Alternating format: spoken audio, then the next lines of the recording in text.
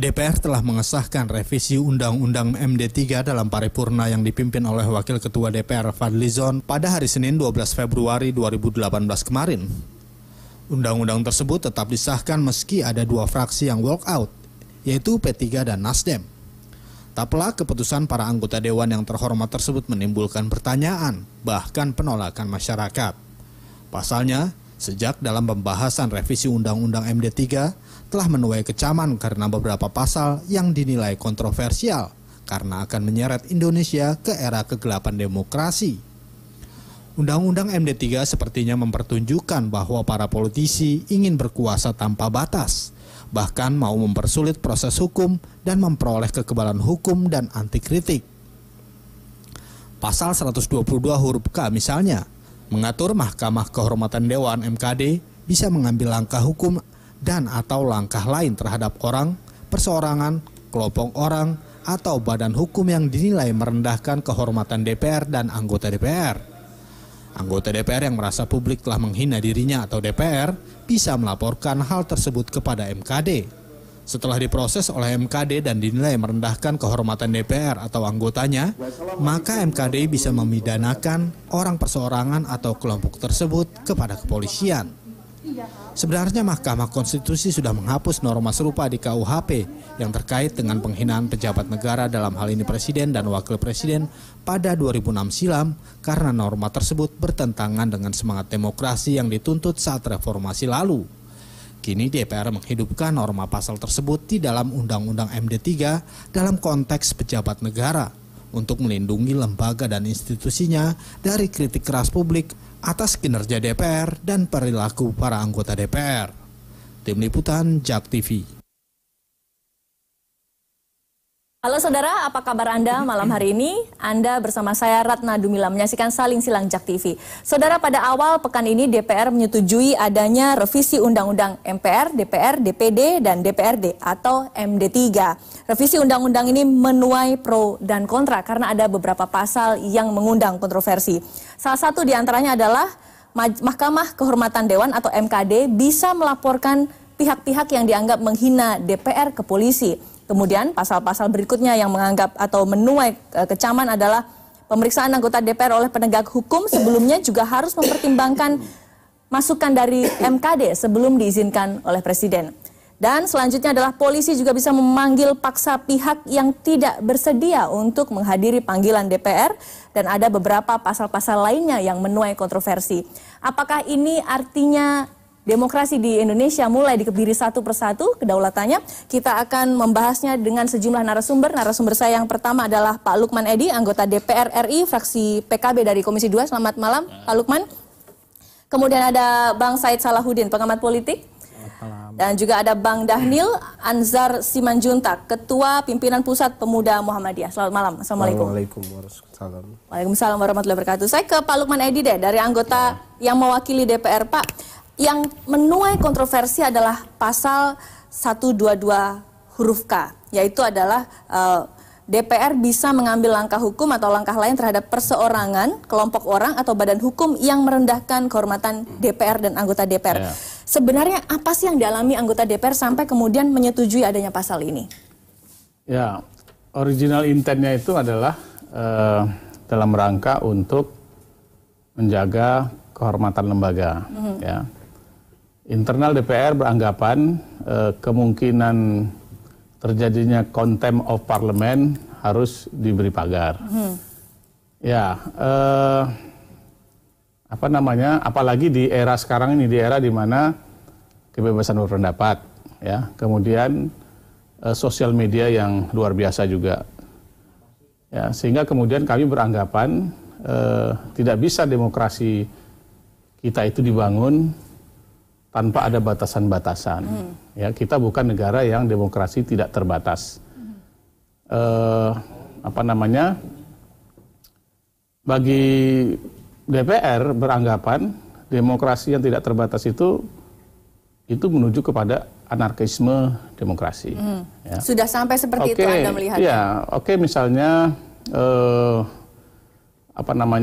masyarakat atau kita diberikan kebebasan berpendapat, diberikan kebebasan untuk melakukan autokritik terhadap lembaga-lembaga negara, tetapi tidak boleh tidak terbatas, ya, harus ada batasan-batasannya. Nah, oleh sebab itu salah satu bentuk batasan semua pihak yang ingin melakukan autokritik terhadap DPR tetap dibuka ruang, karena pasal-pasal lain di dalamnya itu tetap membuka ruang untuk kita menerima berbagai macam kritik. Tetapi kalau ada autokritik yang dianggap itu black campaign misalnya gitu ya, fitnah isinya, kemudian lebih cenderung misalnya melakukan contempt of parliament tadi, maka harus ada ruang untuk memproses itu, ya, sehingga kemudian tidak semua orang dengan segala macam kehendaknya melakukan autokritik, karena bagi hilirnya itu kan bisa berbahaya juga buat demokrasi kita. Ya, ketika misalnya akibat dari autokritik yang tidak bertanggung jawab, pada akhirnya kan bisa mempengaruhi pendapat umum masyarakat terhadap lembaga demokrasi seperti DPR.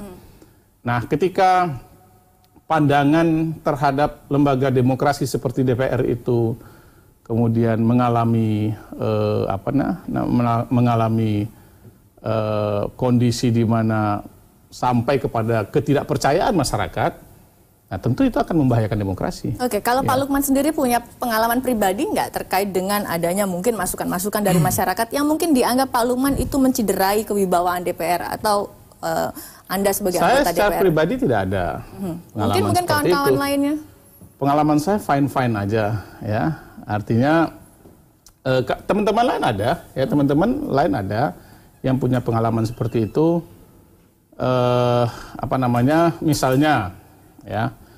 Misalnya ada teman saya dari Papua, ya, anggota DPR, akibat dari kesalahan nama, ya, tanpa di cross check terlebih dahulu, kemudian ruangannya diobrak-abrik gitu, diobrak-abrik, ya. Nah, kemudian ya termasuk pengalaman dengan pansus KPK terakhir juga, itu termasuk original intent yang mewarnai dari pasal tersebut, ya, pasal tersebut. Nah, kan itu ada hubungannya dengan pasal yang lain tuh, pasal misalnya pasal harus izin presiden, hak imunitas, ya, kemudian pasal tentang pemeriksaan terhadap anggota DPR yang itu di luar kejahatan-kejahatan tertentu itu yang harus mendapatkan izin presiden. Jadi ini ada hubungannya dengan pasal-pasal lain. Ya. Pasal tentang pasal 122 itu tentang mengkritik DPR bisa dipidana. Mengkritik DPR. Kemudian ada lagi pasal tentang pemeriksaan terhadap anggota DPR harus izin presiden di luar kejahatan-kejahatan tertentu. Ada 3 kejahatan itu. Kemudian ada lagi pasal Mahkamah Kehormatan Dewan yang boleh melakukan proses hukum, ya, atas nama DPR, dimandatkan kepada Mahkamah Kehormatan Dewan untuk memproses hukum kalau pihak seseorang atau badan hukum itu ternyata memang melakukan contempt of parliament. Oke, Pak. Kalau berbicara MKD atas nama DPR boleh memprosesnya. Oke, Pak. Kalau berbicara masalah pasal 122 huruf K terkait dengan bahwa pengkritik DPR bisa dipidana, ini adalah untuk menjaga nama baik DPR, kewibawaan DPR sebagai lembaga negara.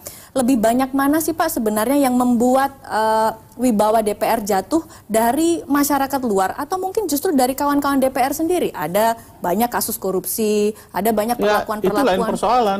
Pasal tentang itu kan tidak ditutup. Pasal untuk misalnya KPK nangkapin anggota DPR, itu nggak ditutup. Tetap itu sebuah pasal yang menyatakan bahwa KPK boleh nangkap tanpa izin presiden. Justru hal-hal seperti itu kan, Pak, yang membuat itu hal yang berbeda. Itu hal yang berbeda. Tidak bisa kita hubungkan antara soal performan anggota DPR yang mengecewakan rakyat dengan pasal lain dalam rangka untuk DPR melindungi secara internal kelembagaannya. Oke. Ya. Banyak yang mengatakan bahwa pasal 122 huruf K ini adalah bentuk arogansi DPR. Ya itu tadi, memang persepsi orang bisa macam-macam ya. Kalau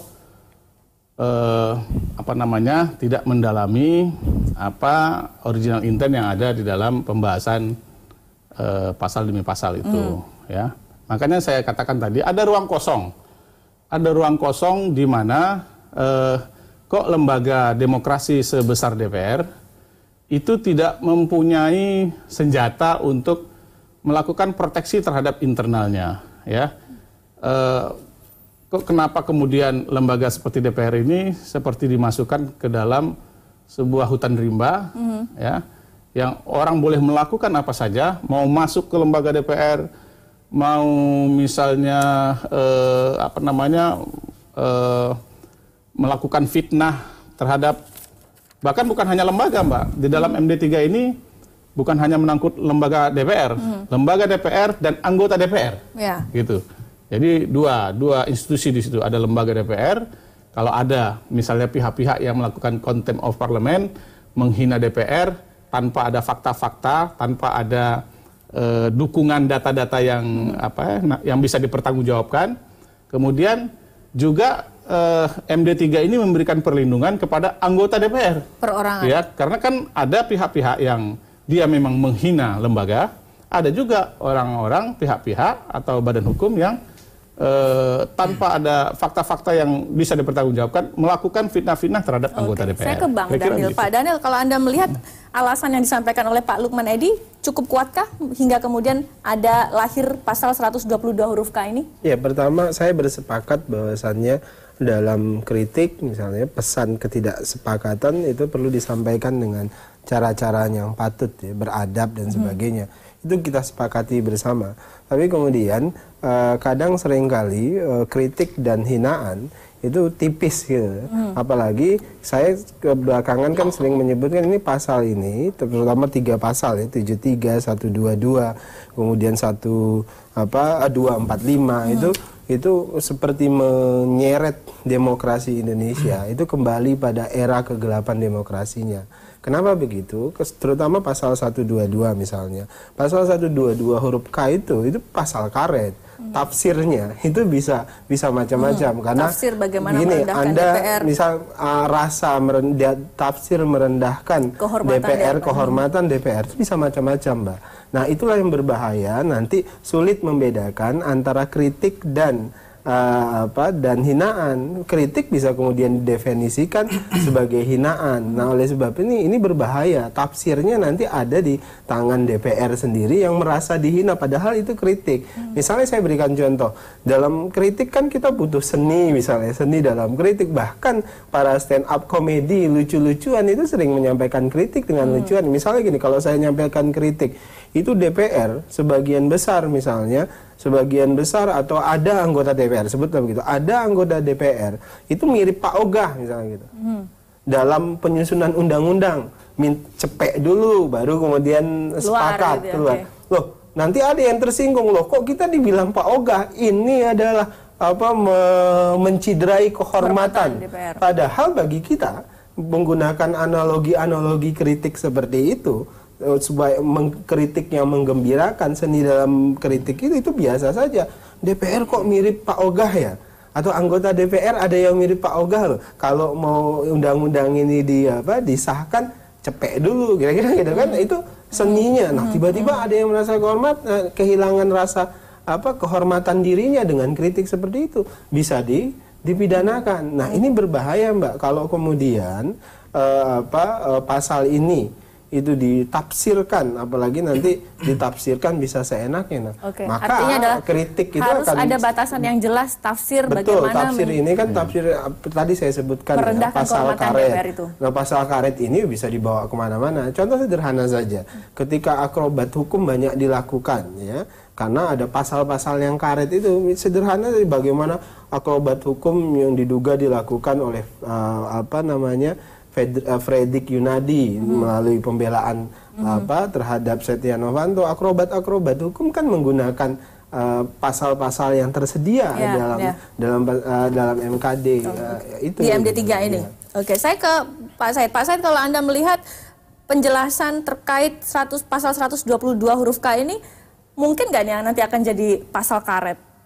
Atau bagaimana siapa yang nanti akan membuat rambu-rambu pagar bahwa oh ini kritik, oh ini sudah merendahkan kehormatan DPR? Ya memang dari beberapa pasal yang direvisi ini kita perlu membedah satu persatu karena nggak bisa digeneralisir juga. Ada yang sebetulnya tidak mengkhawatirkan yang kita sebagian publik menduga gitu ya. Tapi juga memang ada yang berbahaya pasal itu gitu. Nah sebelum ke situ sebenarnya saya menangkap ada sedikit alasan lah kira-kira bagi DPR kenapa dia merasa ini perlu melindungi atau memproteksi lembaga bahkan anggota seperti Pak Lukman sampaikan tadi gitu. Ini memang selama ini publik termasuk media gitu itu seringkali tidak mampu membedakan mana institusi DPR, mana anggota DPR gitu loh. Anggota DPR saja tidak bisa itu dianggap merepresentasi dari fraksinya. Karena dia punya hak untuk menyatakan pendapat, untuk menyampaikan usul dan sebagainya. Jadi kalau ada satu anggota dewan mengeluarkan satu ide, gagasan atau apa begitu ya, atau bahkan yang lebih tidak terpuji melakukan tindak pidana dan sebagainya, DPR jadi yang dicap itu lembaga DPR-nya, padahal itu person dari anggota DPR-nya. Ini seringkali tumpang tindih gitu. Jadi orang akhirnya melihat ketika ada satu anggota dewan korupsi, DPR korupsi gitu. Padahal kalau anggota anggotanya dewannya satu anggota nggak apa-apa Bang, tapi kan kita juga lihat di berita tuh kan anggota dewan yang berkorupsi itu kan berulang terus. Saya setuju. Jadi wajar kan ini kok sama berjamaah mungkin bahkan ada. Saya setuju. Tetapi maksud saya begini, tetap tidak boleh disamaratakan antara perbuatan yang dilakukan oleh orang per orang sebagai anggota dewan dan institusi lembaga DPR. Itu dua hal yang berbeda di situ. Nah, mungkin juga selama ini kan kita dengar pimpinan DPR terutama merasakan Pak Fahri, misalnya Pak Fadli dan sebagainya itu kan ingin memproteksi lembaganya karena banyak dikritik dan sebagainya gitu kan. Karena itu dianggap ya mereka menyebutnya sebagai oknum dan seterusnya begitu. Tetapi secara kelembagaan sebenarnya enggak juga.